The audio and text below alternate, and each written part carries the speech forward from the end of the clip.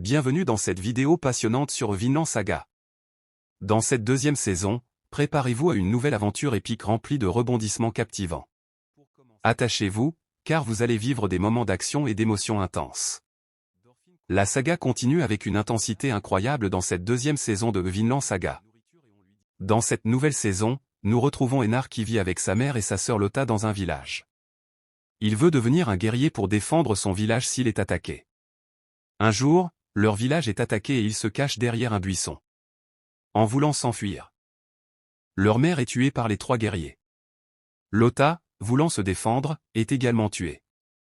Einar est capturé et devient l'un de leurs esclaves. Après un long voyage en mer, il est mis en vente sur le marché. Einar parvient à s'échapper mais est rattrapé. Ensuite, il est acheté par un agriculteur qui le présente à Thorfinn. Maintenant, Einar et Thorfinn doivent travailler ensemble pour pouvoir acheter leur liberté. Pour obtenir leur liberté, ils doivent cultiver un terrain pendant 3 ans. Pour commencer, ils doivent abattre tous les arbres sur le terrain. Thorfinn coupe les arbres très vite, mais Einar a du mal à les couper. Il demande de la nourriture et on lui dit qu'ils leur apporteront leur nourriture après avoir fini de couper certains arbres. 3 esclaves qui ont déjà gagné leur liberté leur apportent leur nourriture qu'ils mangent en chemin. Ensuite, ils transportent les arbres coupés pour les donner à leur maître, Krodil. C'était le travail des 3 esclaves qui ont déjà gagné leur liberté. Mais ils ont confié cela à Thorfinn et Einar. Certains qui ont déjà gagné leur liberté travaillent encore avec Krodil. Leur maître travaille même avec les esclaves et les considère comme sa famille. Mais son fils n'aime pas cultiver, il dit qu'il veut devenir un guerrier. La nuit avant de se coucher, Einar raconte toute son histoire à Thorfinn. Pendant ce temps, Orma se promenait et a rencontré ses 2 amis qui lui ont proposé d'aller boire. Sur place, il y avait des petits combats. Orma voulait aussi se battre en disant qu'il veut devenir un homme. L'un de ses amis, appelé le renard, lui dit que pour devenir un homme, il doit tuer un homme. Le matin, après le réveil de Einar, il a entendu des cris. C'était Thorfinn qui était en train de faire un mauvais rêve. À son réveil, elle a dit qu'elle avait oublié son rêve. Ils se sont rendus au puits où ils ont trouvé Ornélie. Ils pensaient que c'était la fille de leur maître, mais elle est en réalité l'esclave personnelle du maître. Le renard est venu les chercher pour les amener à Orma afin de les tuer. À leur arrivée, le renard donne l'épée à Orma et lui dit de les tuer car ce sont les esclaves de son père. Avant qu'Orma ne bouge pour les attaquer, Einar se jette sur lui en disant que Thorfinn n'a qu'à partir, mais Thorfinn dit qu'Orma n'a qu'à le tuer et laisser Einar. Orma a trop peur de tuer. Il laisse même tomber l'épée. Le renard lui dit qu'il le regardera tuer Thorfinn s'il est un homme. Le renard commence à découper Thorfinn, qui ne bouge même pas. Il voulait donner le coup final, mais il a été arrêté par quelqu'un nommé Serpent. Après cela, Serpent a tenté de donner un coup à Thorfinn, mais elle l'a bloqué. Elle a été soignée et on lui a offert de nouveaux vêtements. On leur a donné un jour pour se reposer, mais ils sont allés travailler. En étant en train de cultiver, Einar demande à Thorfinn si elle a déjà fait la guerre et combien de personnes elle a tuées. Elle lui dit qu'elle a déjà fait la guerre et a tué beaucoup de personnes. Elle lui dit aussi qu'elle faisait partie de l'armée qui a tué sa famille. Pendant ce temps, le roi de l'Allemagne, Sven, a été pris en otage par Markelad, qui prétendait être le roi légitime. Il tranche la tête du roi Sven. Markelad prend la place du roi et le fils du roi Sven prend le contrôle de certains bataillons. Après cela, le fils du roi se rend dans un village pour signer un accord. Ce village est ravagé par la guerre, certains soldats de Pnud dépouillent les villageois restants et Pnud ordonne de couper la tête de tous ces soldats qui ont dépouillé les villageois. On propose à Pnud de ne plus diriger cette armée et on lui offre des richesses, mais il refuse. Après cela, le roi Ezelren meurt d'une maladie, son fils Edmond lui succède et devient le nouveau roi. Edmond lutte pendant 7 mois, puis succombe également à une maladie, et Pnud devient le nouveau roi de l'Angleterre. Thorfinn et Einar commencent à enlever les racines sur leur domaine. Ce qui est très difficile. Ils demandent une cheval, pour faciliter la tâche, mais on refuse de leur en donner une. Sur le chemin, alors qu'ils discutent du cheval, ils rencontrent un vieillard qui les interpelle et leur demande s'ils ont besoin d'un cheval. Qu'il leur donnera en échange de leur travail. Pour commencer, ils coupent du bois et puisent de l'eau. Après cela, on leur prête un cheval pour arracher les arbres. Une fois terminé, il commence à labourer le champ pour pouvoir planter du blé. Et c'est à ce moment-là que la pluie commence à tomber. Quand ils rentrent chez eux, Crédile est en train de discuter avec le vieux. Ils viennent de comprendre que le vieux est le père de Crédile, leur maître. Quand ils rentrent, Serpent, qui était dans la chambre du vieux, les invite à manger. Serpent leur explique que son travail est de garder les domaines. La nuit tombait, leur réserve avait été pillée par les voleurs. Il y avait des empreintes de pas. Après cela, ils ont reçu la visite de Thorgyn, le fils de Crédile et garde rapproché de Pnud, le roi d'Angleterre. Les voleurs ont été attrapés. Il s'agissait d'un petit garçon de 12 ans et de sa sœur. Thorgyn a demandé à son petit frère Orma s'il voulait devenir un guerrier comme lui, et il lui a donné un collier fait des oreilles des Anglais tués. Pour les punir, Serpent a décidé de couper les membres des deux jeunes voleurs. Mais Patel a dit qu'il serait préférable de leur couper seulement la main et de les garder pour travailler à la ferme afin de rembourser ce qu'ils ont volé.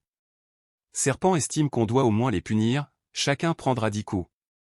Mais le grand frère a voulu prendre les coups à la place de sa sœur. Quand Thorgyn a donné le premier coup à cet enfant, Crédile a décidé de donner les 19 autres coups. Pendant ce temps, Dorfin et Énar étaient dans leur champ de blé qui avait déjà commencé à pousser. Ils ont prié tous les dieux pour protéger leur récolte.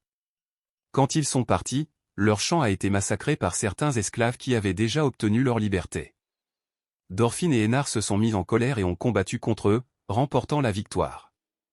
Après cela, Dorfin et Énar ont abattu le dernier arbre sur leur domaine. Crédile les a félicités et leur a dit que s'ils recommençaient à pousser, ils auraient leur liberté. Il leur a demandé de veiller sur le vieux maître, car il voulait voyager pour rendre visite au roi Harold, le roi du Danemark, qui était malade. Pendant ce temps, le roi Pnud s'est rendu à Yelling au Danemark pour rendre visite à son frère, le roi Harold. On a dit à Pnud que son frère Harold était vraiment souffrant, au point de ne plus pouvoir parler. Le roi Harold du Danemark, souffrant et sans héritier, a donné son trône à son frère Pnud, devenant ainsi le roi du Danemark et de l'Allemagne. Pendant ce temps à la ferme, après le départ de Crédile, on les informe qu'un esclave s'est échappé et que celui qui le capture aura 3 chevaux. Cet esclave a tué son maître. Ils ont décidé de patrouiller pour retrouver l'esclave. Renard et sa bande passaient et ont vu une personne assise sous un arbre, c'était l'esclave recherché. Ils ont voulu capturer cet esclave, mais il a tué l'un d'entre eux et s'est enfui. Quand Arlal a vu l'esclave, il a crié Gardar.